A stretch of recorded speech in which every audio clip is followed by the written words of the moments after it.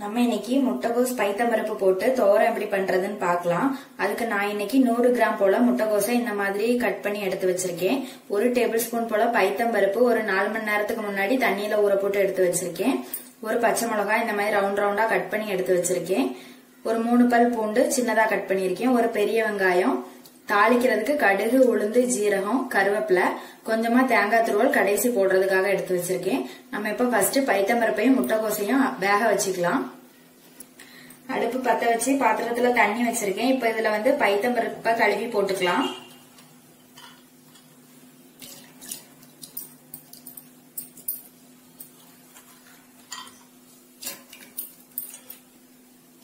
Cut பண்ணி வச்சிருக்கிற முட்டைகோசையும் போட்டுக்கலாம்.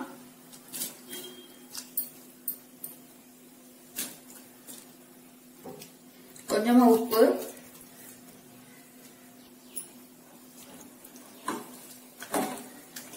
ரெண்டும் நல்லா வேகட்டும். முட்டைகோசும் பைத்தம்பருப்பும் நல்லா வெந்துடுச்சு. இப்ப இந்த தண்ணியை வடிகட்டிட்டு நம்ம இதை தனியா எடுத்துக்கலாம். முட்டைகோசும் பைத்தம்பருப்பும் தனியா பிரிச்சு எடுத்தாச்சு. அந்த தண்ணியை வேஸ்ட் பண்ண வேண்டாம். அதுல மிளகுத்தூளும் ஜீரக பொடியும் போட்டுட்டு நம்ம குடிச்சுக்கலாம். ஏன்னா அதுலயும் சத்து இருக்கும். அதனால வேஸ்ட் பண்ணாம அதை குடிச்சுக்கலாம். இப்ப இது இருக்கட்டும். மண்சட்டியில தாளிக்கிறதுக்கு எண்ணெய் விட்டுருக்கேன். எண்ணெய் காயட்டும். கடுகு, உளுந்து போட்டுக்கலாம்.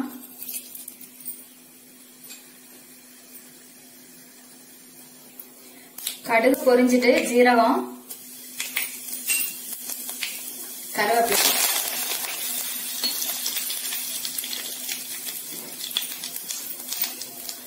கட் பண்ணி வச்சிருக்கிற பச்சை மிளகாய், பூண்டு,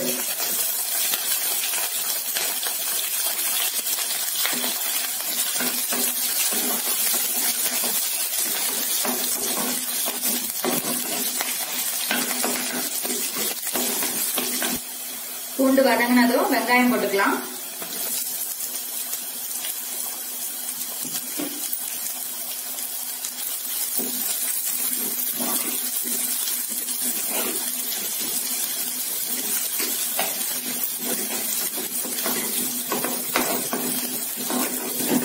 வெங்காயம் வதங்கிட்டு இப்ப முட்டைகோசையும் பைத்தம்பருப்பையும் போட்டுக்கலாம்.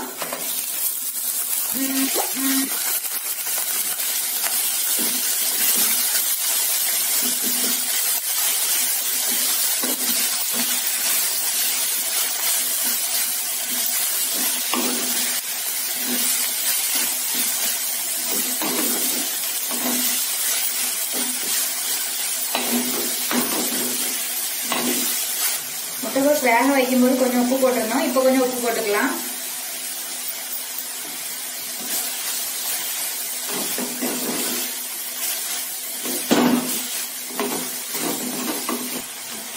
இதுல கொஞ்சம் தண்ணி நிக்குது. இது கொஞ்சம் ட்ரை ஆகட்டும்.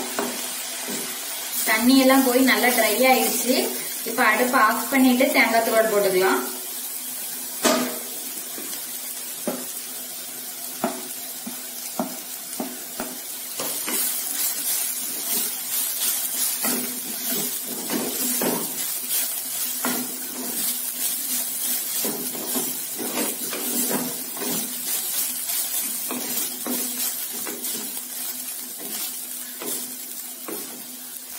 முட்டைகோஸ் தோரம் ரெடி ஆயிடுச்சு. நான் இதை வேற பாத்திரத்துல மாத்திட்டு உங்களுக்கு காமிக்கிறேன். பவுல்ல மாத்திட்டேன். இது மாதிரி நீங்களும் செஞ்சு பாருங்க. செஞ்சு பார்த்துட்டு எப்படி இருக்குதுன்னு சொல்லி கமெண்ட்ல சொல்லுங்க. தேங்க்யூ.